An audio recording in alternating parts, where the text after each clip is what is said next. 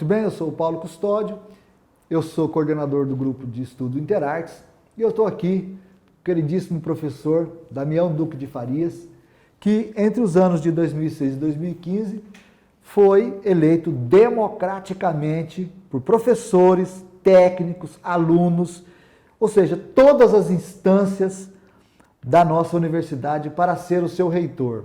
Aliás, um magnífico reitor.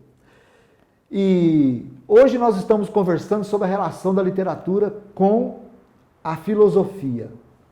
E no bloco anterior, para quem assistiu, percebemos que essa relação desses dois grandes campos de conhecimento não são arbitrárias na trajetória intelectual do nosso convidado de hoje. Portanto, eu gostaria que nesse bloco ele explicasse para nós, conversasse conosco acerca de como a obra de Thomas Mann, por ter essas raízes, né, esses encontros com a nossa brasilidade, como ele narrou no episódio anterior, como ela se bate contra um cenário estético, intelectual, que circundava o Thomas Mann no momento da criação, né, de Montanha Mágica. Então, eu agradecendo muito a presença do professor Damião, eu passo-lhe a palavra. Damião, sinta-se em casa. Então, retomando então o argumento da sessão anterior, né, que o Thomas Mann então revela para um público amplo, né, do Brasil, né, através do Sérgio Buarque de Holanda, que é uma reportagem que acaba sendo publicada no Brasil, sobre então o fato da mãe dele ser brasileira e, mais importante, de ser a maior influência, né, não só na sua personalidade, mas na sua literatura, na sua obra, né.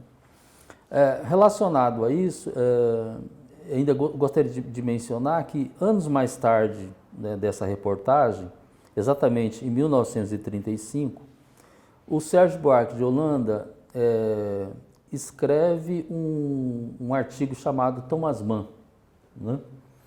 E ele lembra do encontro e ele fala que ele ficou impressionado com a fisionomia, né, com a figura do Thomas Mann, porque lhe pareceu que ele poderia enxergar na fisionomia do Thomas Mann todas as contradições que iam na alma dele e que transpareciam inteiramente na sua obra. O artigo explorava então uma conexão entre a figura física e o procedimento intelectual. E o procedimento intelectual. Então, o Sérgio Buarque de Holanda estabelece que essa contradição, né, então, não é só uma contradição aparente, é uma contradição do espírito Thomas Mann, né?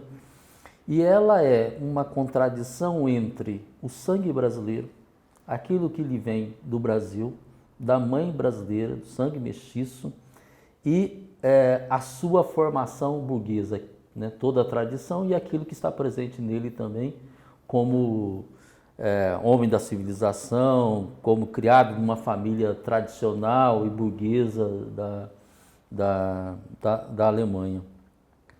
De modo que aquilo que vai na alma do Thomas Mann e aquilo que está presente na sua obra é como que a confrontação entre, vamos dizer assim, essas duas partes que integram o personagem Thomas Mann ou a figura Thomas Mann, né? A literatura do Thomas Mann, então, faria confluir coisas aparentemente inconciliáveis aqui do lado de fora. Exatamente. Interessante. E que o que se dá é, então, a presença, a plena presença de algo que quer a todo momento se estabelecer, e é mais ou menos o que a gente poderia chamar aquilo que é o fora da regra, né? Os instintos, as pulsões que quer vir a todo momento. E que esse homem, Thomas Mann, se vale, né, da boa medida, do bom tom, de toda a sua educação para se contrapor a essa força do desregramento que lhe vem de dentro, né? Então, o Sérgio Buarque de Holanda fala, há ali uma tumultuosidade trágica e que o Thomas Mann só consegue resolver, de certa maneira, por essa contenção, né, no plano da vida social que ele acaba por ter que assumir, né, ou estabelecer para si, e, sobretudo, por tentar resolver esse dilema, né, e essa disputa, essa tumultuosidade através da sua produção literária. Então, a produção literária é onde ele resolve esse processo conflituoso, né, fazendo vir à tona esses elementos, que é, por um lado, né, esse momento de desmedida e de desregramento, que por vezes levam, inclusive, os seus próprios personagens a fins trágicos, né? Como é o que acontece, por exemplo, em A Morte em Veneza, ou não, né? Como o que acontece em Montanha Mágica com o personagem que a gente vai discutir daqui a pouco. Então, o Sérgio Buarque de Holanda, inclusive, termina o artigo, se eu não me esqueço do que está escrito, é mais ou menos assim. Em Thomas Mann, né, existe uma personalidade quase que religiosa, e todo religioso quer se salvar.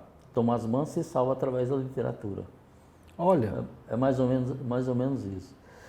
E é interessante isso também porque existe um outro testemunho que eu acho que é importante, que eu também já falei para você, eu acho que já citei, que é do Adorno, né? O filósofo Adorno, da escola de Frankfurt, que é muito amigo do Thomas Mann, sobretudo no período que eles estavam exilados, né, por conta do nazifascismo, exilados nos Estados Unidos, e eles ficam lá até um tempo depois da guerra. E o Adorno, depois da morte do Thomas Mann, escreve um artigo, né, em homenagem ao Thomas Mann, e aí ele fala, eu quero mais ou menos desmistificar algo em relação ao Thomas Mann, que é mais ou menos o seguinte. De modo algum, ele era uma figura distante, né, fria, né? Isso era apenas uma máscara, né? O verdadeiro Mann, Thomas Mann, aparecia quando caía-lhe essa máscara. E aí ele relata assim, e ele tinha uma transformação, inclusive física. Os seus olhos azuis se tornavam cinzas, escuros, olha, iguais a de um brasileiro. Então, assim, que legal! Eu acho que são duas testemunhas muito importantes, né, que nos dá essa noção, né, da personalidade, né, que Thomas Mann, que está convicto, né, dessa tumultuosidade trágica, né, e que reflete isso na sua obra literária através dos seus personagens. De fato, quem lê, eu não li todos os livros de Thomas Mann, li alguns, mas me parece que isso é bem evidente, né? Esse jogo, essa contraposição que ocorre entre aquilo que a gente poderia chamar, né, de um comportamento mais apolíneo e um comportamento mais dionisíaco, né? Esse jogo que é bem cristiano.